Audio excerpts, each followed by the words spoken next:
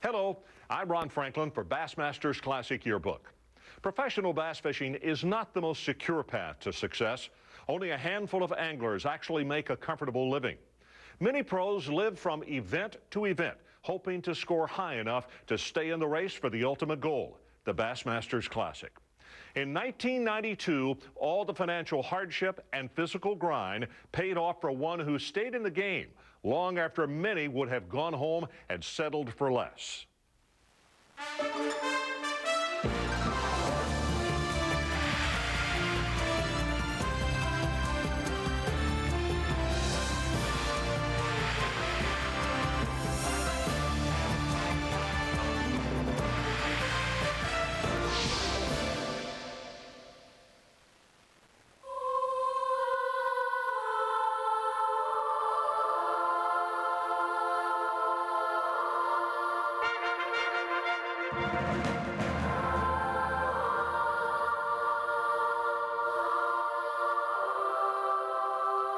Just a lot to like about Logan Martin.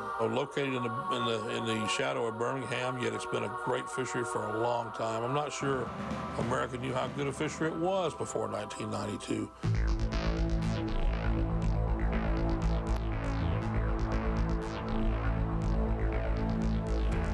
Logan Martin is a kind of a lowland river type reservoir that, there's current generated on both ends of it. It's part of the Coosa River chain of lakes. It's got the Coosa River spotted bass in it, which I didn't have any idea were such a phenomenal game fish. That Coosa spotted bass is a different animal than a Kentucky spot. It's a wonderful, wonderful fish. I have never been around a fish that's that tough and that mean. Even smallmouth are not that mean. And when they're on, there's not a fish out there that's more aggressive. And when they're not, they just mouth the bait. They don't eat it like a largemouth will. So you lose a lot of them. I remember coming away from that classic just blown away. I'd never seen a spotted bass act like that before.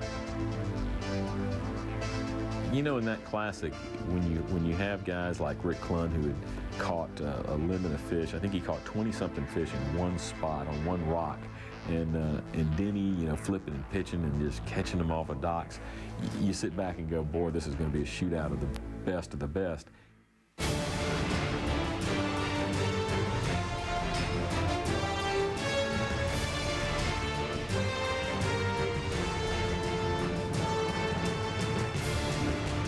Doesn't get any better than that.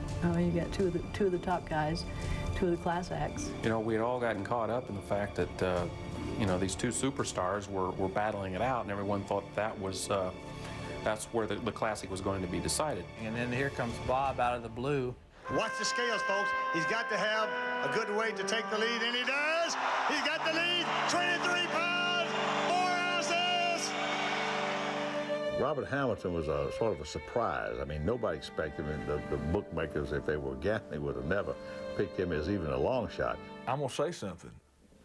It's an advantage to be a lesser-known pro in the Classic. And that's a common fact. All of us anglers know that. It is an advantage. The gallery is not going to be focused on you nearly as much. It was real funny. One of the stories about that tournament is that I'm sitting on my best place the first day, and I hadn't caught a fish yet, and there's about 10 boats watching me, and I hear going through the kind of the murmur, the people are talking, who is that, who is that? And one of them said, it's Robert Hamilton, and they all left. It showed why a lesser-known pro had a chance to do well in the Classic, because he didn't have to deal with all the public pressure. Wow! Louis, look at that. There's your largemouth, man. That could be that note that will put him in the lead. Well, having the lead going into the third day, I'm not sure that too many of us thought Robert Hamilton would actually win that Classic. If you're up against the field that you've encountered in the Classic, and you've pulled out a head after 2 days, and you look at the scoreboard, and you're being challenged by two guys like Denny Brauer and Rick Clunn, you got to be nervous. I don't know if you sleep that night or not. I don't worry about who's behind me at that point. I worry about me doing what I'm supposed to do. If I execute, I'm not out there to beat Denny or Rick or anybody else. But if I catch the fish that bite, that's the best I can do. From the beginning, he thought this was his Classic to win.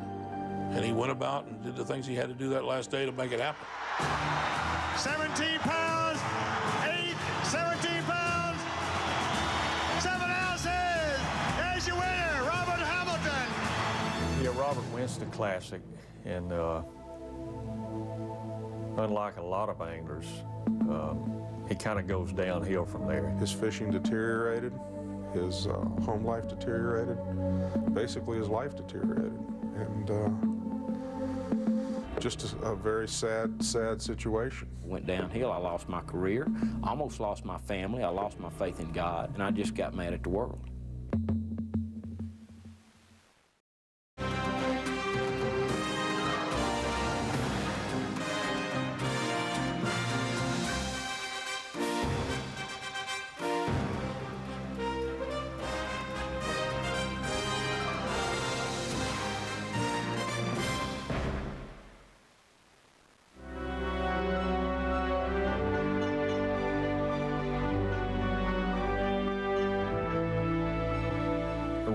As I remember, started that Classic with a huge catch the first day, and Rick, over the years, has been famous for finding concentrations of fish that even the locals have never found themselves. I mean, I had a tremendous spot where I pulled up and I caught 20 fish on 25 casts. The unfortunate thing for Clun is that he's such a high-profile angler. He was surrounded by spectator boats. He came back to those spots the next 2 days and didn't catch any fish there. That's where I really saw the spectator boats get to Clun. I didn't think anything could get to him. You know, he was so mentally strong. But I think in that tournament, it affected him. A lot of things happened that really became mentally discouraging during that event. I had several reports from the minute I left the place that people pulled on the area and fished it. I never caught a fish there after that. Chet Douthit is an interesting guy. Good guy, do anything for you. If Chet has a fault, he's too nice. I don't clown around much, but Chet and I always, at tournaments, we do kind of clown around a little bit. He's got this demeanor that he likes to kind of play the bully. But Chet would always come up to me in the mornings before the tournament just to try to make things lighter, really. And says, "Where's my honey bun? You know, did you bring my honey bun this morning?" And so I'd always pull out this honey bun that I'd made sure I'd set on. You know, it was kind of smashed. The first thing I think of is he was a pro football player and now a pro fisherman. Well, you know, a lot of people don't realize it, but Chet was actually drafted by the Miami Dolphins as a wide receiver out of Arkansas State, I believe it was. He does not look to me like he would have ever been a wide receiver. He don't look anything like Jerry Rice, you know. We lost one game in 2 years at Arkansas State. In my senior year, we were national champions, Division IIA, went undefeated. Had a great career, still hold a couple of records down there, I guess. And then got to go play with the big boys, played with the Dolphins part of a year and tore an ankle up, and then that ended the career then. Here you have a guy that, you know, had a whole career ahead of himself, and he had, you know, all the juices and all the energy that comes along with competing, and then it's just yanked out from underneath you, and it's got to be replaced somewhere. That's one of the hardest things for any competitor to do, is to turn it off. And I think instead of turning it off, he just channeled it into competitive fishing. Once you start competition like that, well, you love it, and I think it carried right over into my fishing career. Chet's a good example of what a lot of us feel like, is we have a competitive nature, and I've tried to examine what that is, what makes that competitive desire so strong amongst professional fishermen. You know, competitive nature is competitive nature. Competition is what drives great athletes, and these guys in this sport are athletes. You have to have that determination to win, and that inner drive that keeps you out there early in the morning and late at night and working as hard as you can. You want to beat the next guy. I think that's the biggest secret there is. If an angler's not competitive, if he enjoys losing, if he enjoys not doing well, he's never going to be successful. You've got to be fiercely competitive. It's just a different game. I mean, but really it's still the same game. There's a few tournaments that we've had that I felt like I played a football game when we got done with them. Some of the lakes that we go to, it's been so rough, and you take a pounding out there, you do. But one of the things a lot of people don't realize is the wear that these anglers get on their backs. And if there's one thing I think that's that takes a pro fisherman out of his level of competitiveness, if you will, is a back injury. And back problems are kind of a work-related injury for a bass fisherman. You look at a rodeo rider and he's on a bull for 8 seconds getting bounced around. You can imagine getting bounced around for an hour and a half, 2 hours without stopping. It's incredible some of the poundings we take. As a competitor, you never want to be intimidated by the weather or any of the conditions that that occur during a tournament. I fished in sleet, I fished in snow and freezing rain and different things, and all these rough waters, and it's pretty unbelievable what a body does take. We fish Lake Erie, we fish Lake Ontario, Lake Okeechobee. We fish these giant bodies of water, and we fish, back then we were fishing in 18-foot flat bass boats, and you just take a pounding. I just thought the back pain was just something I was going to work through and go on and do my job. Today's boats are designed to take some of that punishment off of the body.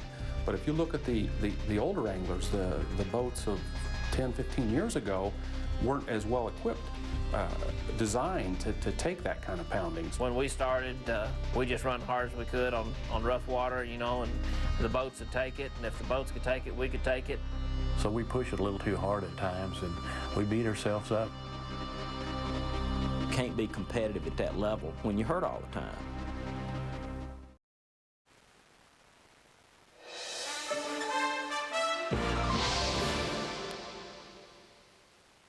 These guys are so good. All of them are capable of catching a 25-pound stringer on that lake at any given time. Look at Chet the last day. Chet had piddled around the first 2 days and caught just enough, catches a big bag the last day. I really thought I could win that one. I had them figured out. I've caught probably more fish than anybody. Chet fished a similar pattern to Denny, as I recall, and that was he was fishing a dock pattern. I had about 10 docks that I could pull up and catch from 1 to 4 or 5 off of every one of them. And then the last day, I pulled up to a dock and I pitched in there and I caught about a 3-pound spot. I was catching some big spotted bass. And I looked down, when I pulled the fish up, there must have been 30 or 40 bass chasing him around, and they were all 3-pounders. And they just scattered like the cover of your coil when they seen me. And I said, well, I spooked them. I said, I'll let them settle down. I'll come back in about an hour, and I'll catch me another good one off of it. And I come back an hour later, and there was about 10 people out on that dock jumping off of it, swimming. Robert Hamilton did something different in 1992. He fished deep water, probably 15 to maybe 25.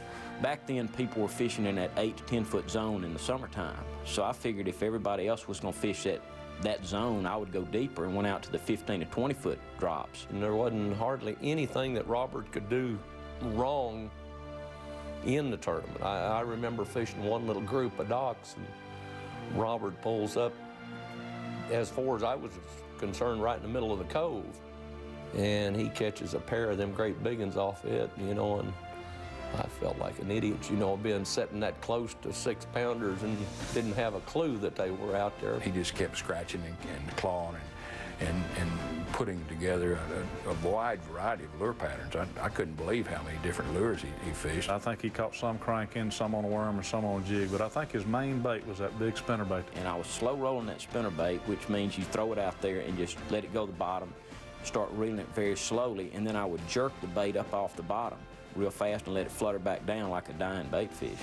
And nobody had really done that kind of technique in deep structure fishing. I watched him throw a spinnerbait in 20 foot of water, you know, and catching fish doing it. Takes a lot of talent.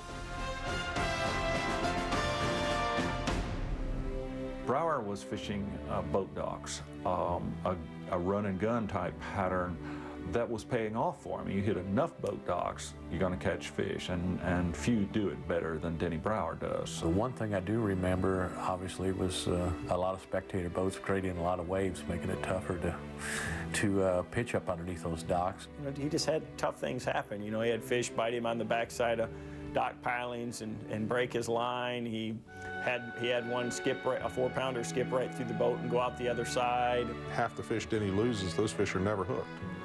The fish that bounced off the front deck of the boat went out the other side. I mean, that fish was just clamped shut on that jig. It was just, had it, opened it up, the jig went out, you know, type deal. And that happens a lot with those spots. I'm just one of these people that believes that when it's your turn, you couldn't stop it with a freight train.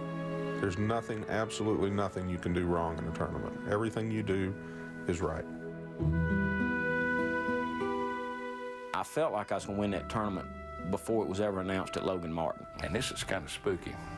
And on the way to a tournament, when he was traveling from Birmingham to Atlanta on I-20, and he crossed the bridge at Logan Martin, I just was overcome by this feeling that something good was going to happen there.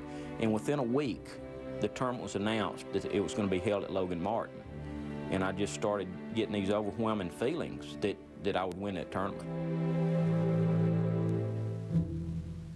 I really thought I would catch a 25 to 26 pound stringer in the tournament. And the last day I had that opportunity and didn't execute it. You want to talk about a guy that had some opportunities that got away from him. Bob lost a lot of big fish that last day of that tournament. Lost one about 6 or 7 pounds right at the top of the water. He bit a jig down deep, and when he came to the top of the water, he opened his mouth. The jig popped out, and I never had him hooked. He just had his mouth closed. And from there, it got worse. Probably by noon, I had lost 20 pounds of fish.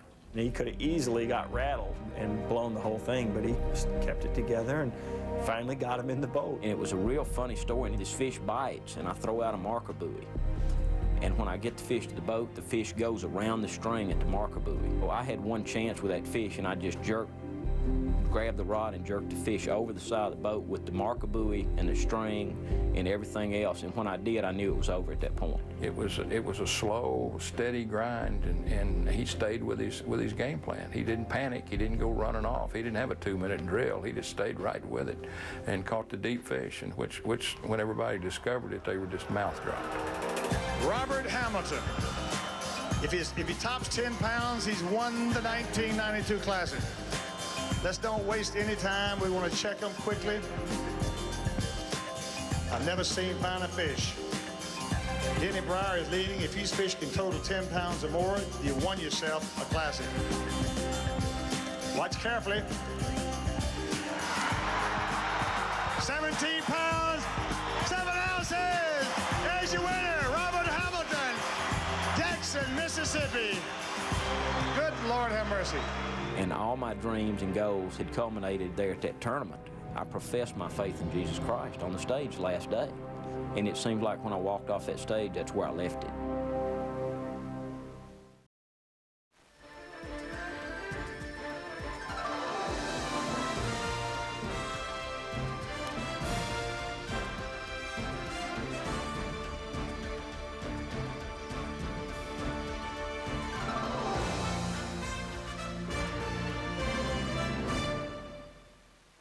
You know, I've lived in hell, and I've put my family through hell, and my friends through hell. But, you know, if I can come out of it stronger, and it will go out there and somebody can keep from going through what I went through because they see this, that's what it's all about. Winning the Classic, you're supposed to be set for at least 5 years. Some guys have parlayed the Classic into $1 million or more. Robert had some of the worst luck after the Classic that any Classic champion has ever had. You had a guy that was on the top of the world one year, and a couple of years later, he was gone. I've talked to a lot of baseball players and football players that have gone through some of the things I've gone through. And every one of them said the same thing, that when their career came to a halt, you know, unexpectedly, they didn't handle it well. And that's, you know, I'm no different from anybody else in that respect. I didn't handle it right. Most of us knew that, you know, that he was struggling, but none of us had a clue what it was about. I started having back problems in about 1989, and it was just, I've got what they call degenerative disc disease, and it was just from playing sports and doing all these rough boat rides. It's just wearing out. Yeah, I knew Robert had a lot of back problems with that, and those are tough situations to deal with in our sport because of the pounding you take and standing and fishing, etc. So, you know, all that played a huge role in, you know, Robert eventually leaving the business. He had to have surgery just after the season was over in '93. I had another one in '94 and another one in '95 and another one in '96. And during this whole time, I was not out of pain. I stayed in the pain, and the pain continued to get worse, and I continued to try to fight it and fish through it. And I was taking too many painkillers. It just kept snowballing, and you know, Bob didn't set out to ruin his career after winning the Classic. It just kind of, everything snowballed in the wrong direction on him. You know, we go to large bodies of water. He was having back problems, personal problems, and there were times when he would leave tournaments early. And I stopped competing. I was withdrawing after the first or second day of these tournaments. In fact, I went a stretch where I probably pulled out of 6 or 7 tournaments in a row after the first or second day. I just hurt. So I went through some problems. I went through addiction problems with the painkillers. And, you know, it cost me my career in fishing. I had no clue what a drug addict was. I thought a drug addict or an alcoholic lived under a bridge. You know, my prescriptions came from doctors. I had no idea that was something that was a problem. What I've learned through the addiction process and through the 12-step programs is it's a progressive disease. You know, and it gets worse the further we go with it. And that's, you know, I didn't know all that. And I think most of us don't know things like that, and I allowed it to control my life. I am an addict. My body's not like other people's, and I have to abstain totally from these kind of things. And that's what I choose to do today. And when I made that decision, my life immediately started getting better. And do I regret it? Yeah, of course I regret it. And am I sorry it happened? Yeah, I'm sorry it happened. Would I be who I am today without going through it? Probably not. Jennifer Capriati went through problems. John Daly's gone through problems, but both of them are back on top of their games right now. And Jennifer was talking in an article about how she didn't want to make a comeback just for the sake of a comeback. She had to have that burning desire to succeed. And physically, by 1998, I was as strong as I'd ever been. The back pain was gone. I'd been out of a boat for a few years, and it had healed and gotten stronger. But mentally, I wasn't ready to go back fishing. And it's taken about 3 or 4 more years to get myself psychologically sound enough to try to go back out there and compete. There's a whole lot of guys pulling for Robert Hamilton because he's really one of the good guys, and we'd all like to see him back out here. Maybe more important than coming back and having success is just coming back and doing something you love to do, because that's why you did it to begin with anyway. And if I never catch what Rick Clunn calls those little green fish again, you know, so be it. When I go back, it's not about winning the Classic this time or winning Angler of the Year. It's just about going back out and being competitive. You know, I've been given a second chance, and that's something a lot of us don't get. There's a lot of people that are dead from addiction, and I'm one of the lucky ones. 6 years after he left competitive fishing, Robert Hamilton returned to the sport he loves. And just as he once soldiered his way to the pinnacle of the bass fishing world, Robert has a second chance to fulfill his dreams. For Bassmaster's Classic Yearbook, I'm Ron Franklin.